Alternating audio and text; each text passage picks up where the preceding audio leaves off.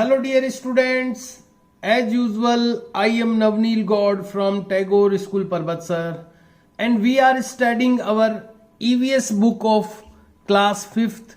हम लोग स्टडी कर रहे हैं हमारी क्लास 5th की EVS book and as you know, जैसा कि आप जानते हैं, we are studying our 4th lesson of this book. हम लोग स्टडी कर रहे हैं इस बुक का 4th lesson which is clean together, जो कि है मिलकर साफ करें। This lesson is related to cleanliness. ये जो लेसन है वो क्लीनलीनेस से रिलेटेड है, यानी सफाई से रिलेटेड है। And it is the 5th video of this lesson. आज का ये वीडियो 5th वीडियो है, इस लेसन का 5वां वीडियो है। I have posted 4 videos of this lesson already मैं 4 वीडियोज इस लेसन के पोस्ट कर चुका हूं और आज का ये वीडियो 5वां वीडियो है इस लेसन का। And we have to start from here to in today's video. आज के वीडियो में हमें यहां से स्टार्ट करना है। Let's start today's study. आइए शुरू करते हैं आज की study. Look at the above pictures. देखिए ऊपर के चित्रों पर देखिए एंड डिस्कस, और चर्चा कीजिए। यहां पर देखिए कुछ चित्र दिए गए हैं, कुछ पिक्चर्स दिए गए हैं। मैं दिखाना चाहूंगा आपको। फर्स्ट जो पिक्चर दिया गया है वो है एक क्लीनिंग मशीन, यानी एक सफाई करने की मशीन है ये यहां पर इसके मॉप लगा हुआ है, पोछा लगा हुआ है और ये राउंड करता रहता है और ये मशीन चलती रहती है और जो फ्लोर होता है, हमारा जो फर्श होता है, वो सफाई उसकी होती जाती है। तो ये एक क्लीनिंग मशीन है। यहाँ पर देखिए ये एक लेडी है जो कि क्लीनिंग का काम कर रही है, ये सफाई कर रही है, लेकिन इसके हैंड में एक देखिए स्पेशल मॉप दिखाई दे रहा होगा। मॉप यानी पोछा होता है। तो ये एक पोछा है, लेकिन बैठ कर लगाने वाला पोछा नहीं है, ये खड़े खड़े लगाने वाला पोछा है और इसको मॉडर्न मॉप कहते हैं, आधुनिक पोछा। ए मॉडर्न मॉप क्लीनर, यानी एक आधुनिक पोछे वाला क्लीनर है ये। क्लीनर यानी साफ करने वाला है ये। तो ये पोछा एक मॉडर्न मॉप पोछा है जिसमें बैठना नहीं पड़ता बार बार और ये जल्दी से लग जाता है फ्लोर के ऊपर, फर्श के ऊपर। कम टाइम में ज्यादा अच्छा काम हो जाता है इससे। तो इसको मॉडर्न मॉप क्लीनर कहते हैं, जिसका यूज ये कर रही है। इससे खड़े खड़े हम पोछा लगा सकते हैं। थर्ड जो यहाँ पर आपको पिक्चर दिखाई दे रही है, ये एक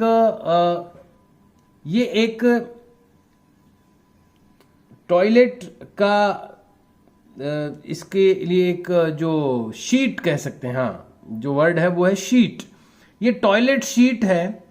ये टॉयलेट के अंदर जब हम जाते हैं, गटर में हम जाते हैं, तो उसमें 2 टाइप के गटर होते हैं आजकल। गटर नहीं कह सकते हम, टॉयलेट्स 2 टाइप के होते हैं।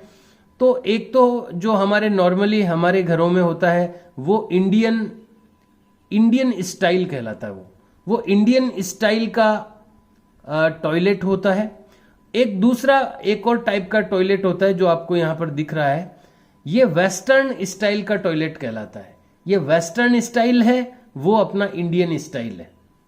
अच्छा इंडियन स्टाइल वाला ही रहता है, क्योंकि उसमें हम लोग क्लीनलीनेस को अच्छा मेंटेन रख सकते हैं, सफाई अच्छी रह सकती है उसमें। और हमारी जो बॉडी है उसमें कहीं पर भी उस टॉयलेट की शीट को टच नहीं करती, क्योंकि हम चप्पल पहन के जाते हैं टॉयलेट करने के लिए।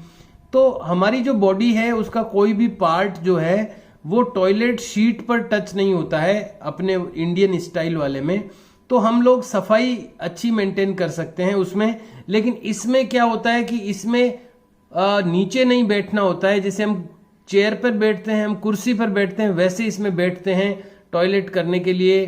तो इसको ये ढक्कन जो इसका होता है, ये लिड ओपन होता है, ढक्कन ऊपर खुल जाता है और फिर उसके ऊपर कुर्सी पर बैठते हैं, वैसे इस पर बैठ जाते हैं। तो ये वेस्टर्न स्टाइल का है। वेस्टर्न स्टाइल का ये टॉयलेट शीट है, टॉयलेट इंस्ट्रूमेंट है, और वो अपना इंडियन स्टाइल है। तो यहां पर लिखा है a clean western style toilet. ये वेस्टर्न स्टाइल का टॉयलेट है, लेकिन ये साफ है किया हुआ। अदरवाइज क्या होता है कि वेस्टर्न स्टाइल वाले टॉयलेट में गंदगी बहुत रहती है, पानी इधर उधर गिरा हुआ रहता है और ये गंदा रहता है नॉर्मली, क्योंकि इसको जिस तरह से साफ किया जाना चाहिए वो साफ, इसकी सफाई नहीं होती है। हमेशा टॉयलेट को क्लीन रखना चाहिए। कई प्रकार के टॉयलेट क्लीनर आते हैं आजकल, उनको आप टॉयलेट की शीट पर डालकर, अगर ब्रश भी आता है उसको क्लीन करने के लिए, ब्रश से आप रब करते हैं और पानी डाल देते हैं तो एकदम साफ हो जाता है टॉयलेट। तो टॉयलेट को क्लीन रखना चाहिए। ये एक साफ सुथरा टॉयलेट दिखाया गया है यहाँ पर, लेकिन ये वेस्टर्न स्टाइल का टॉयलेट है, एक clean western style toilet. Next जो पिक्चर है वो एक साफ सुथरे घर का चित्र है जिसमें हर एक चीज क्लीन एंड क्लियर है। एक क्लीन हाउस, एक साफ घर कितना सुंदर दिखाई देता है। हम लोग भी स्कूल में क्लीनलीनेस की बहुत ही मेंटेनेंस करते हैं, ध्यान रखते हैं उसका, आपको भी पता है। डेली हम 5 मिनट क्लीनलीनेस के लिए लगाते हैं, सफाई के लिए लगाते हैं। इसलिए हमारे स्कूल का जो आसपास का जो प्रीमिसेस है, हमारे स्कूल का जो अंदर का एरिया है या बाहर के आसपास का जो अराउंड एरिया है हमारा स्कूल का, वो नीट एंड क्लीन हमेशा रहता है। वहां पर कोई भी कागज, पेपर, पॉलीथीन ये सब नहीं मिल सकता अपनी स्कूल के आसपास। तो हम लोग जो क्लीनलीनेस का बहुत ही ध्यान रखते हैं, तो यहाँ पर भी क्लीनलीनेस से रिलेटेड कुछ प्लेसेज और उनसे क्लीनलीनेस करने के कुछ इंस्ट्रूमेंट्स यहाँ पर शो किए गए हैं। तो आइए आगे बढ़ते हैं और आगे के जो 2 क्वेश्चंस आ गए हैं उनको सॉल्व करते हैं, उनका आंसर ढूंढते हैं। Dear students, you have completed these 5 questions in our previous, which I have told you in our previous video. पिछले वीडियो में मैंने ये 5 क्वेश्चंस आपको दिए थे अपनी नोटबुक में करने के लिए। आशा करता हूँ आपने कर लिए होंगे। And after these questions you have to leave 1 blank line. इन क्वेश्चंस के बाद में आपको 1 लाइन ब्लैंक लीव करनी है। And you have to write the red colour question. ये रेड कलर में जो क्वेश्चन है वो आपको लिखना है। Look at the above pictures, ऊपर दिए गए चित्रों को देखिए। एंड डिस्कस, और चर्चा कीजिए।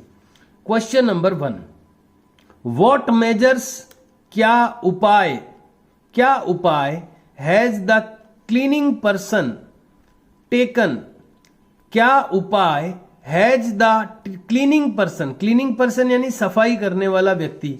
तो ये क्लीनिंग पर्सन है यहाँ पर, और ये जो सफाई कर रही है यही क्लीनिंग पर्सन है। व्हाट मेजर्स यानी क्या उपाय has the cleaning person taken, take यानी लेना होता है, लेकिन हैज भी आया है इसमें और टेकन भी आया है, तो ले चुकी है। अब लड़की है तो ले चुकी है। व्हाट मेजर्स, क्या उपाय has the cleaning person taken, ये जो सफाई करने वाला पर्सन है, व्यक्ति है, वो ले चुकी है।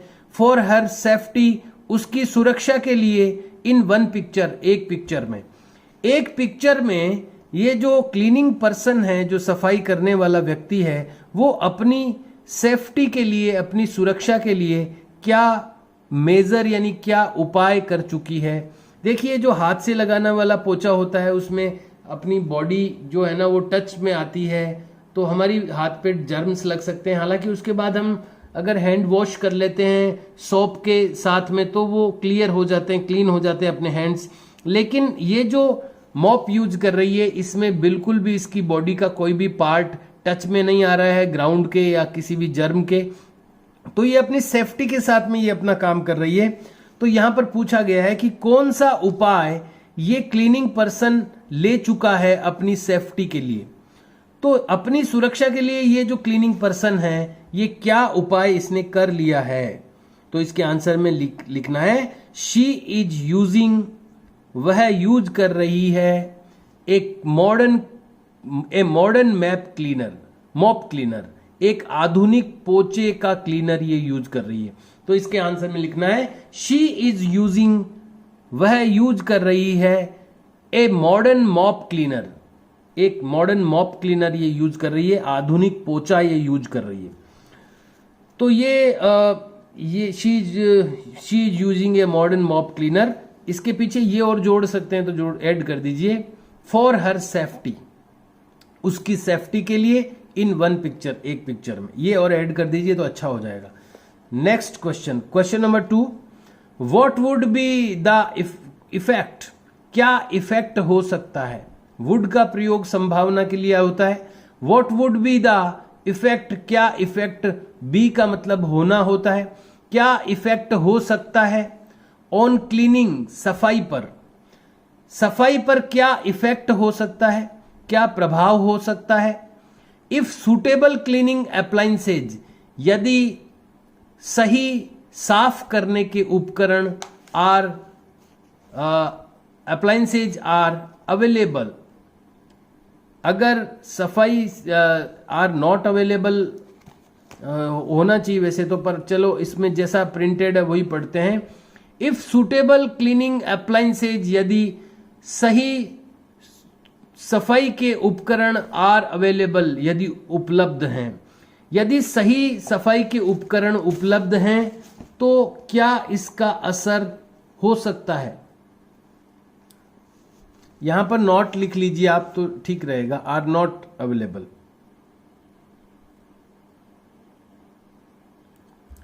अगर सही सूटेबल, सूटेबल यानी सुमेलित या सही, सही अगर क्लीनिंग के अप्लायंसेज यानी सफाई के उपकरण आर नॉट अवेलेबल, अगर सही सफाई करने के उपकरण अवेलेबल नहीं है तो what would be the effect, तो क्या इफेक्ट हो सकता है, क्या प्रभाव हो सकता है ऑन क्लीनिंग यानी सफाई पर।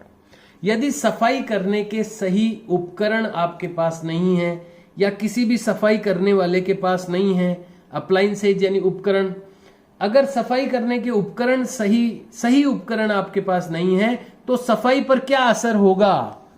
तो आप भी जानते हैं कि अगर अपने पास सफाई करने का सही उपकरण, अब झाड़ू भी एक उपकरण है, पोछा भी एक उपकरण है, अप्लायंसेज है, तो अगर अपने पास ये सब नहीं होगा तो सफाई पे क्या असर पड़ेगा, तो सफाई अच्छी नहीं होगी। अगर हम यूं ही करेंगे सफाई बिना सही उपकरणों के, तो आप लोग इस तरह से इसका आंसर लिख सकते हैं लाइक दिस, इस तरह से। इफ प्रॉपर क्लीनिंग इक्विपमेंट्स, यहां पर आप अप्लायंसेज भी लिख सकते हैं, इक्विपमेंट्स भी लिख सकते हैं, दोनों में से कुछ भी लिख सकते हैं। यहां पर अपनी बुक में अप्लायंसेज आया हुआ है तो अप्लायंसेज लिख देना आप इक्विपमेंट्स की जगह। इफ प्रॉपर क्लीनिंग अप्लायंसेज, यदि सही सफाई करने के उपकरण आर नॉट अवेलेबल, उपलब्ध नहीं है, देन तो प्रॉपर क्लीनिंग सही सफाई विल बिकम डिफिकल्ट, बन जाएगी कठिन, तो सही सफाई कठिन बन जाएगी। देन तो प्रॉपर क्लीनिंग यानी सही सफाई विल बिकम यानी बन जाएगी डिफिकल्ट, डिफिकल्ट यानी कठिन। अगर सही सफाई के उपकरण नहीं है तो जो सफाई है वो कठिन बन जाएगी। ये आंसर आपको लिखना है इसमें। फर्स्ट और सेकंड क्वेश्चन का आंसर मैंने बता दिया है। लेट्स गो अहेड, आइए आगे चलते हैं। अगला जो टॉपिक आ रहा है वो है it should B a habit, यह चाहिए, बी यानी होनी या बननी, ए हैबिट यानी एक आदत, ये एक आदत बननी चाहिए। It should B a habit, ये जो सफाई करने की जो चीज है, जो सफाई है, क्लीनलीनेस है, ये आदत बननी चाहिए, ये दिखावा नहीं होना चाहिए। कई लोग दिखाने के लिए सफाई करते हैं कि मैं सफाई कर रहा हूं। कई ऐसे जो लोग होते हैं जो दिखावा करते हैं, शो ऑफ करते हैं, वो दिखाने के लिए कई बार सफाई करते हैं। तो ऐसा नहीं करें। अपन अपनी आदत सफाई करने की होनी चाहिए।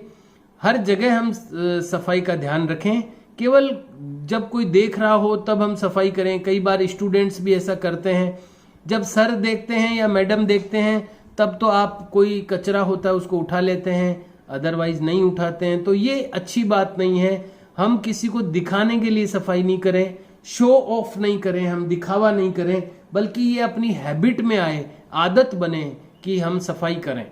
तो यहां पर यही लिखा हुआ है, it should B a habit, ये एक हैबिट बननी चाहिए। हैबिट यानी आदत बननी चाहिए। Not just pump and show, न कि दिखावा। पंप एंड शो का मतलब होता है दिखावा। पंप एंड शो ये पूरा जो है ये फ्रेज है, इस फ्रेज का मतलब होता है दिखावा।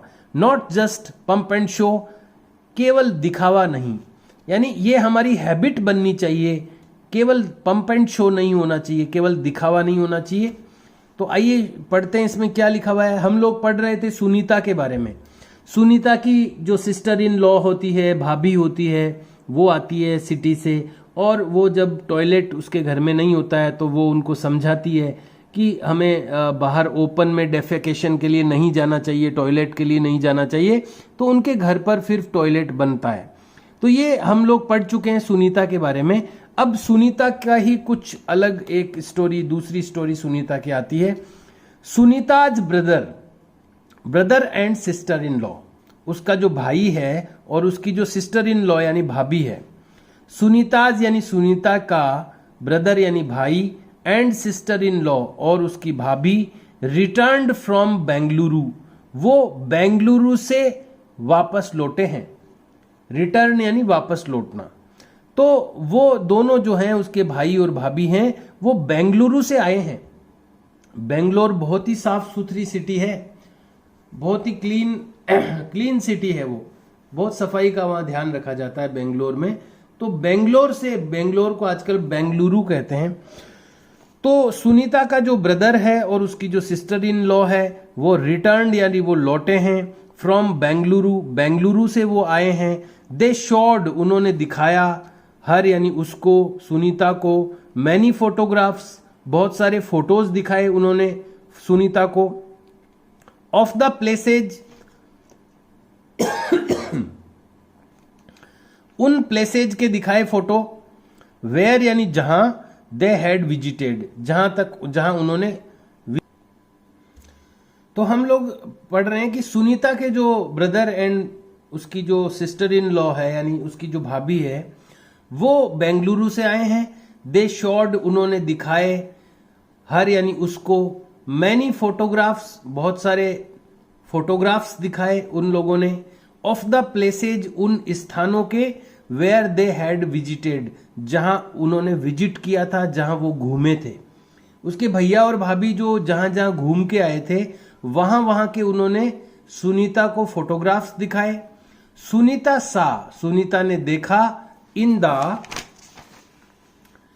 फोटोग्राफ्स सुनीता ने उन फोटोग्राफ्स में देखा, दैट की the city was very neat and clean, कि जो शहर था वो बहुत ही साफ सुथरा था, नीट एंड क्लीन था। नाउ यानी अब, शी बिगैन टू थिंक, वो शुरू हो गई, बिगेन यानी शुरू हो गई, बिगिन की सेकंड फॉर्म है बिगेन, वो शुरू हो गई, टू थिंक यानी सोचना। जब उसने फोटोग्राफ्स देखे तो उसमें बहुत ही साफ सुथरे फोटोग्राफ्स थे। उसने देखा कि शहर में कितनी सफाई रहती है, कितना नीट एंड क्लीन सिटीज हैं वो। तो अब वो सोचना शुरू हो गई। नाउ यानी अब, शी यानी वह, बिगेन यानी शुरू हो गई, टू थिंक यानी सोचना। वो अब सोचना शुरू हो गई, दैट यानी की, क्या सोचना शुरू हो गई वो, कि अवर हाउसेज, की हमारे जो घर हैं, वर यानी थे, स्मॉल यानी छोटे, एंड ऑल द प्लेसेज और सारी जो जगह हैं, वर नॉट सो क्लीन, इतनी साफ भी नहीं है। अब उसके माइंड में क्या आने लग गया सुनीता के, कि अपने ये जो घर है वो बहुत ही छोटे हैं, और शहरों के फोटो देखे ना उसने, तो शहरों में तो बड़े घर होते हैं, लेकिन उसने सोचा कि अपने गांव में अपना घर है वो तो बहुत ही छोटा है, स्मॉल है, और जो भी अपने गांव में जगह हैं वो भी इतनी साफ नहीं है। तो शहर से क्या है, उसके भैया का एक दोस्त आने वाला था, तो वो सोचने लग गई कि मेरे अपने भैया का दोस्त जब आएगा गांव में तो वो देखेगा कि मकान कितना छोटा है और साफ भी नहीं है, तो वो बड़ी चिंतित हो गई। यही बात आगे आएगी। ब्रदर्स फ्रेंड यानी भाई का दोस्त, हुज प्लेस जिसका स्थान, जिसने रखा था, हुज प्लेस यानी जिसने रखा था, her brother and sister in law उसके भाई और उसकी भाभी को, हैड बीन टू यानी रखा था, जिसने उसके भाई और भाभी को रखा था, यानी जहां पर उसके भाई और भाभी रहते थे शहर में, वो भाई का जो भैया का दोस्त है, वॉज यानी था, अबाउट टू कम आने वाला, टू द विलेज यानी गांव में। यानी उसके भैया और भाभी जहां रहते थे शहर में, वो जो भैया का दोस्त था वो गांव में आने वाला था। आफ्टर सम टाइम, कुछ समय के बाद। He would not like the house, वह घर को पसंद नहीं करेगा। देखो वुड का प्रयोग संभावना के लिए आता है, गागेगी इस तरह से। ही वुड नॉट लाइक, वो पसंद नहीं करेगा, द हाउस यानी घर को, as it was at present, जैसे कि ये प्रेजेंट है, यानी जैसे कि ये उपस्थित है। यानी घर जैसा है, जैसा घर प्रेजेंट में है, जैसा घर उपस्थित है, वैसा उसको पसंद नहीं आएगा। हर सिस्टर इन लॉ, ऐसा वो सोचने लग गई, सुनीता ये सोचने लग गई कि भैया का दोस्त आएगा तो क्या सोचेगा कि घर भी बहुत स्मॉल है और वो भी नीट एंड क्लीन नहीं है, साफ सुथरा नहीं है। हर सिस्टर इन लॉ, उसकी जो भाभी थी, वॉज अंडरस्टैंडिंग, वो समझ रही थी। यानी उसको समझ में आ गया कि सुनीता क्या सोच रही है, सुनीता क्यों चिंतित है, क्यों वरीड है, ये उसकी भाभी को समझ में आ गया। तो उसकी भाभी ने उसको समझाया। हर सिस्टर इन लॉ, उसकी जो भाभी थी, वॉज अंडरस्टैंडिंग, वो समझ रही थी कि सुनीता क्या सोच रही है, इसलिए शी टॉक्ड, उसने बात की, टू हर, उससे, उसने सुनीता से बात की, अबाउट इट, इसके बारे में। शी सैड टू सुनीता, उसने सुनीता को कहा, नोबॉडी इज नॉन, नोबॉडी यानी कोई भी, इज यानी है, नॉन यानी जाना जाता, नोबॉडी यानी कोई भी नहीं, नोबॉडी यानी कोई भी नहीं, इज यानी है, नॉन यानी जाना जाता, कोई भी नहीं जाना जाता है, by the size of his और हर हाउस, उसके घर की साइज से। यानी कोई भी उसके घर की साइज से नहीं जाना जाता है, कोई भी किसी की भी पहचान उसके घर की साइज से नहीं होती है। वेदर इट इज बिग और स्मॉल, कि वह बड़ा है कि छोटा है। यानी किसी को भी उसके घर की साइज से नहीं जाना जाता है कि उसका घर जो है वो बड़ा है कि छोटा है। द पॉइंट इज, जो पॉइंट है यानी मूल जो बिंदु है, जो मेन पॉइंट है, इज दैट, कि वो ये है कि क्लीनलीनेस इज मस्ट, कि सफाई जरूरी है। यानी किसी का भी घर छोटा है कि बड़ा है, ये इंपॉर्टेंट नहीं होता है, ये महत्वपूर्ण नहीं है कि वो छोटा है कि बड़ा है, कि पॉइंट ये है, मेन पॉइंट ये है कि सफाई जो है, क्लीनलीनेस जो है, इज मस्ट, वो जरूरी है। बट, लेकिन, it should not be just to show anybody, but यानी लेकिन, it should not be just to show, ये केवल दिखाने के लिए नहीं, शो करने के लिए नहीं होना चाहिए। टू शो एनीबडी, किसी को दिखाने के लिए नहीं होना चाहिए। यानी सफाई जो है वो किसी को दिखाने के लिए नहीं होनी चाहिए। But it should not be just to show anybody, ये किसी को शो करने के लिए यानी किसी को दिखाने के लिए नहीं होनी चाहिए। रादर, रादर यानी बल्कि, it should be inculcated, inculcated, but it should be, rather यानी बल्कि, इट शुड बी इंक्यूलेक्टेड, बल्कि ये शामिल होनी चाहिए, इन आवर हैबिट्स, हमारी आदतों में। यानी ये हमारी आदतों में शामिल होनी चाहिए। शामिल होने को इंक्यूलेक्टेड कहेंगे, इंक्यूलेक्टेड इन आवर हैबिट्स, ये हमारी आदतों में शामिल होनी चाहिए। ये केवल किसी को शो करने के लिए नहीं होना चाहिए, किसी को दिखाने के लिए सफाई नहीं करनी है हमें, बल्कि ये हमारी हैबिट्स में यानी हमारी आदतों में इंक्यूलेक्टेड होनी चाहिए, यानी शामिल होनी चाहिए। Dear students, now there are some questions. इसके बाद में कुछ क्वेश्चंस दिए गए हैं। You have to do these questions, आपको ये क्वेश्चंस करने हैं इन योर नोटबुक, आपकी नोटबुक में। You have to write down, think and tell आपको ये लिखना है थिंक एंड टेल यानी सोचें और बताएं। Question number 1, cleanliness should be A part of our habits. Cleanliness हमारी हैबिट्स का एक पार्ट होना चाहिए, ये हमारी आदतों का एक हिस्सा होना चाहिए। वॉट इज योर ओपिनियन, आपका क्या विचार है अबाउट इट, इसके बारे में। ये जो बात यहां पर कही गई है कि cleanliness should be A part of our habits, कि क्लीनलीनेस हमारी हैबिट्स यानी हमारी आदतों का एक पार्ट होना चाहिए, हमारी आदतों का एक हिस्सा होना चाहिए। ये बात जो कही गई है, व्हाट इज योर ओपिनियन, आपका क्या ओपिनियन है, आपका क्या विचार है अबाउट इट, इसके बारे में। Dear students, you can write the answer like this, इस तरह से आप इसका आंसर लिख सकते हैं।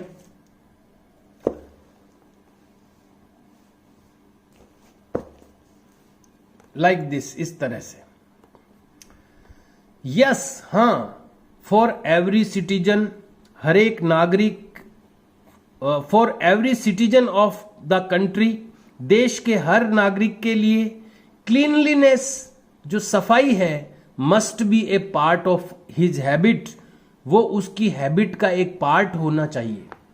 फिर से बता रहा हूं, यस, हाँ, for every citizen of the country, देश के हर सिटीजन यानी नागरिक के लिए, क्लीनलीनेस यानी सफाई, मस्ट बी यानी होनी चाहिए, ए पार्ट ऑफ हिज हैबिट, उसकी आदतों का एक हिस्सा होनी चाहिए। सो दैट, ताकि वी एंड अवर कंट्री, हम और हमारा देश, मे गेट, प्राप्त कर सकें, द बेनिफिट्स ऑफ क्लीनलीनेस, सफाई के फायदे। ताकि हम अपनी ये अगर दिखावा करेंगे, अगर हम शो करेंगे, केवल शो ऑफ करेंगे, तो उसके बेनिफिट्स नहीं मिलेंगे, हमें उसके फायदे नहीं मिलेंगे। हमारे को ये क्लीनलीनेस जो है हमारी हैबिट का एक पार्ट होना चाहिए, हमारी आदत का एक हिस्सा होना चाहिए, ताकि हम लोग इसके फायदे ले सके। देखिए, किसी भी चीज का फायदा तब मिलता है जब वो हमारी आदत में आती है, केवल दिखावा करने से उसका फायदा नहीं मिलता है। आप झाड़ू लगाओगे तो झाड़ू लगाने का फायदा मिलेगा, सफाई होगी। केवल झाड़ू लेके फोटो खींचा लोगे तो उस झाड़ू थोड़ी लगेगी उससे। तो यहां पर यही कहा गया है कि ये हमें हमारी हैबिट का एक पार्ट होना चाहिए, सो दैट, ताकि वी एंड अवर कंट्री, हम और हमारा देश, में गेट, प्राप्त कर सकें, द बेनिफिट्स ऑफ क्लीनलीनेस, सफाई के जो बेनिफिट्स होते हैं, जो फायदे होते हैं, वो हम प्राप्त कर सकें। इसलिए ये हमारी हैबिट का पार्ट होना चाहिए, ये हमें लिखना है। क्वेश्चन नंबर 2, दूसरा क्वेश्चन है, हाउ शुड वी बिहेव, हमें कैसा बिहेव करना चाहिए। बिहेव यानी व्यवहार, हमें कैसा व्यवहार करना चाहिए विद आवर हेल्पर्स, हमारे सहयोगियों के साथ में, एंड क्लीनर्स, और सफाई करने वालों के साथ में। क्लीनर्स यानी जो क्लीनिंग करते हैं, सफाई करते हैं। हेल्पर यानी जो हमारी हेल्प करते हैं। हमें हमारे हेल्पर्स के साथ यानी सहयोगियों के साथ, और हमारे क्लीनर्स के साथ यानी सफाई करने वालों के साथ कैसा बिहेव करना चाहिए। फिर से बता देता हूं, हाउ शुड वी बिहेव, हमें कैसा बिहेव करना चाहिए विद आवर हेल्पर्स, हमारे हेल्पर्स के साथ में, एंड क्लीनर्स, और क्लीन करने वालों के साथ में हमें कैसा बिहेव करना चाहिए। You have to write the answer, आपको आंसर लिखना है। आवर बिहेवियर, हमारा व्यवहार, टुवर्ड्स द पर्सन, उन लोगों की ओर।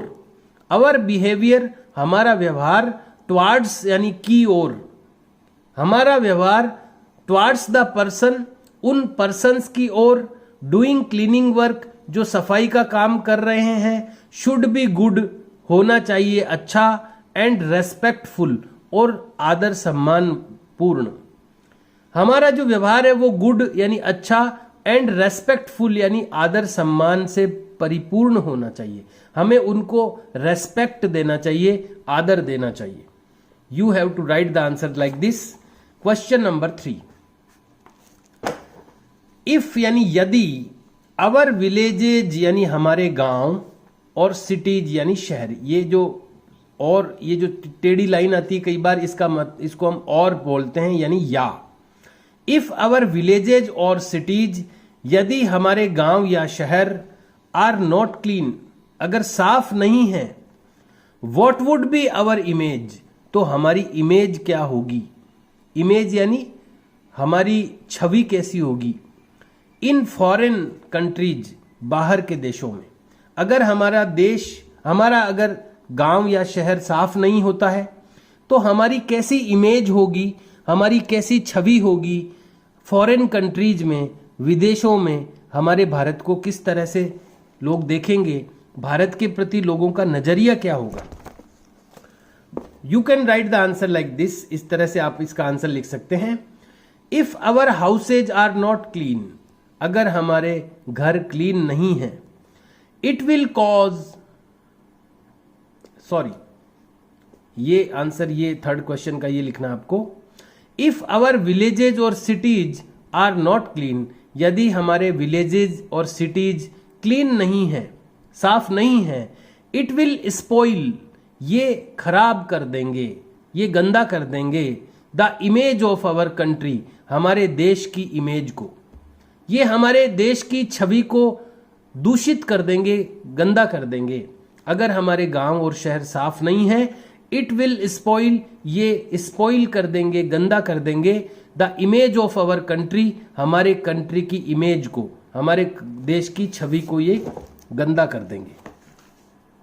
क्वेश्चन नंबर 4, चौथा क्वेश्चन है, इफ आवर हाउस, यदि हमारा घर, इज नॉट क्लीन, वो साफ नहीं है, हाउ विल इट इफेक्ट, ये कैसे इफेक्ट करेगा, कैसे इसका प्रभाव होगा आवर लाइफ, हमारे जीवन पर। How will it affect our life, ये हमारे जीवन पर कैसे इफेक्ट करेगा। अगर हमारा घर साफ नहीं है तो इसका हमारे जीवन पर क्या प्रभाव होगा, क्या इफेक्ट होगा। तो यहां पर आप इस तरह से आंसर लिख सकते हैं।